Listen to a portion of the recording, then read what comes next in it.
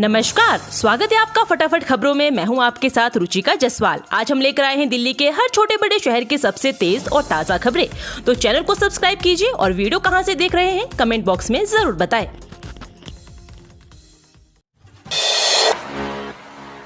AIIMS के डॉक्टरों ने सीएम केजरीवाल के स्वास्थ्य की समीक्षा, इंसुलिन लेने की दी सलाह।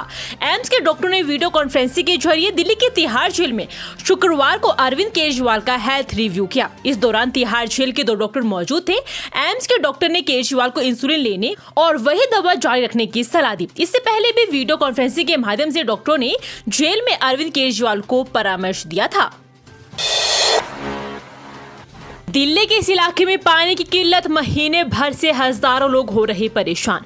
वेस्ट दिल्ली के जनकपुरी डी ब्लॉक में रहने वाले हजारों लोग पिछले 1 महीने से पानी की किल्लत से परेशान हैं। लोगों की शिकायत है कि जैसे ही गर्मी शुरू हुई पानी की किल्लत बढ़ गई। अब हालत ऐसे है कि सुबह या शाम पानी ही नहीं आता। कभी कभार पानी आता भी है तो इतना गंदा होता है कि उसे कोई पी भी नहीं सकता। जल बोर्ड अफसरों को इस संबंध में शिकायत करने पर भी कोई प्रतिक्रिया नहीं है। जल बोर्ड के टैंकर भी उपलब्ध नहीं है। प्राइवेट कैंटर का पानी काफी महंगा है। 1200 शेयर का 100% मुनाफा, अकाउंट में 15 लाख। फर्जी शेयर ट्रेडिंग के नाम पर लोगों को ठगने का खेल समझ लीजिए। शेयर ट्रेडिंग की कोचिंग, सलाह और इन्वेस्टमेंट से मुनाफा करवाने के नाम पर ठगी का सिलसिला रुकने का नाम नहीं ले रहा है। शातिर ठग अब रकम नहीं होने पर शेयर खरीदने के लिए लोन देने का झांसा देकर भी पैसा ऐंठने लगे हैं।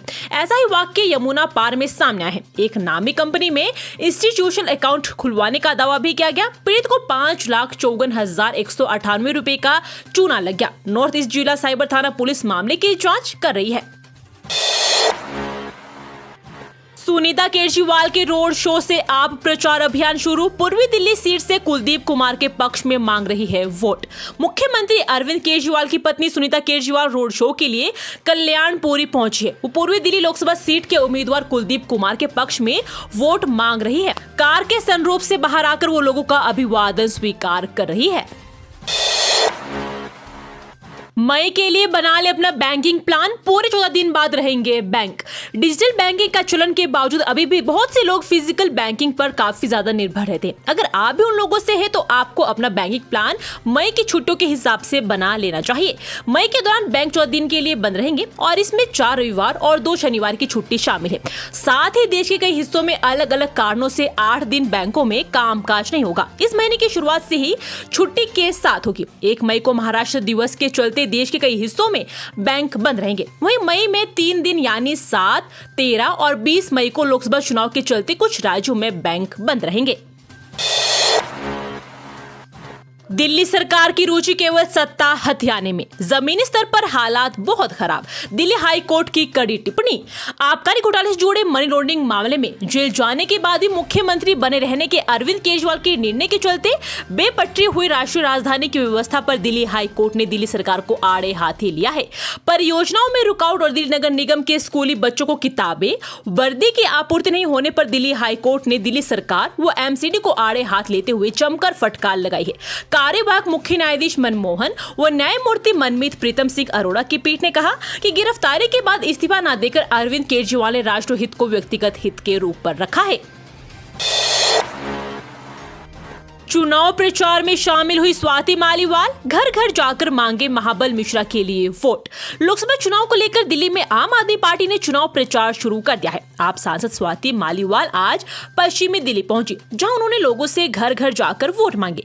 इसके अलावा मुख्यमंत्री अरविंद केजरीवाल की पत्नी सुनीता केजरीवाल शनिवार को पूर्वी दिल्ली में एक मेगा रोड शो करेगी। आप सांसद स्वाति मालीवाल ने विधायक विनय मिश्रा और राजेश ऋषि के साथ मिलकर पार्टी के लोकसभा उम्मीदवार महाबल मिश्रा के समर्थन में पश्चिमी दिल्ली लोकसभा क्षेत्र में प्रचार किया।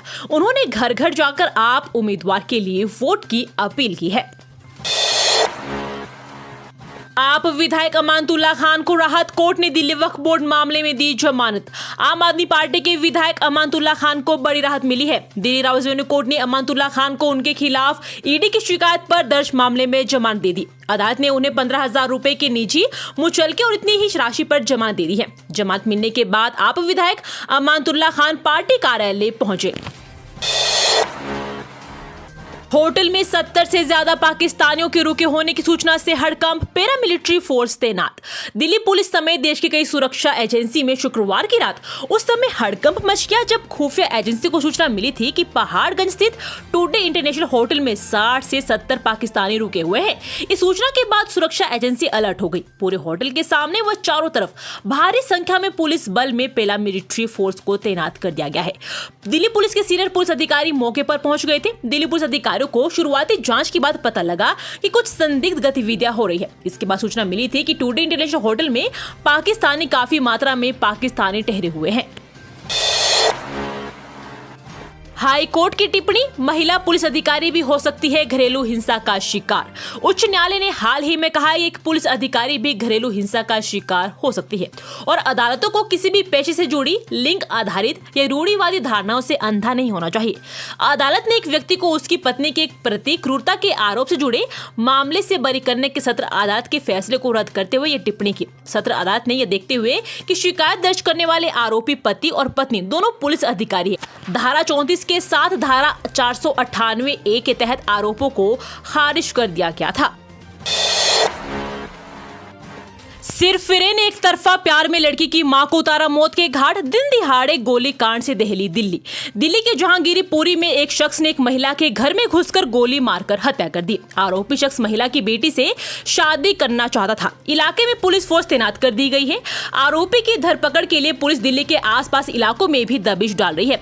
उधर इस घटना के बाद से ही इलाके के लोग काफी दहशत में है। दिल्ली में पिछले कुछ दिनों से हत्या जैसी वारदात में इजाफा देखने को मिल रहा है। नॉर्थ वेस्ट दिल्ली के जहांगीरपुरी इलाके में हत्या की एक सनसनीखेज वारदात सामने है जिसमें 36 साल की महिला की उसी के घर में घुसकर गोली मारकर हत्या कर दी गई है। हमलावर ने दिन दिहाड़े महिला के घर में घुसकर हत्या की वारदात को अंजाम दिया। जानकारी के अनुसार आरोपी युवक अक्सर महिला की बेटी का पीछा करता रहता था। पीछा करने से परेशान महिला ने अपनी बेटी को गुरुकुल में भेज दिया था। एक तरफा प्यार में पागल युवक ने बदला लेने के लिए लड़की की मां को ही मौत के घाट उतार दिया।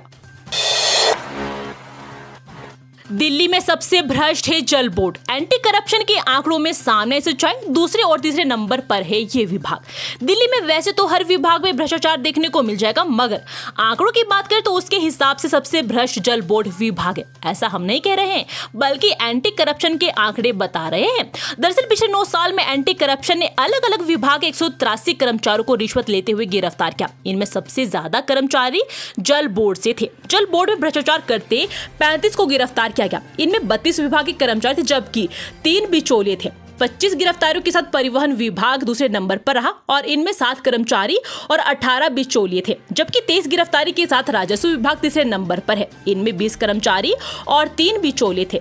इनके अलावा अलग अलग विभागों से भी कई कर्मचारी व बिचौलिए पकड़े गए। 183 आरोपों में अब तक 51 पर रिश्वत लेने का आरोप साबित हुआ और उन्हें सजा मिली, जबकि 36 पर आरोप साबित नहीं हुआ और वो बरी हो गए। बाकी मामले अभी विचाराधीन हैं। ये तमाम आंकड़े 1 जनवरी 2015 से 9 मार्च 2024 तक के हैं। ये थी आज की फटाफट खबरें। हम मिलेंगे अगले बुलेटिन में, तब तक के लिए धन्यवाद। जय हिंद।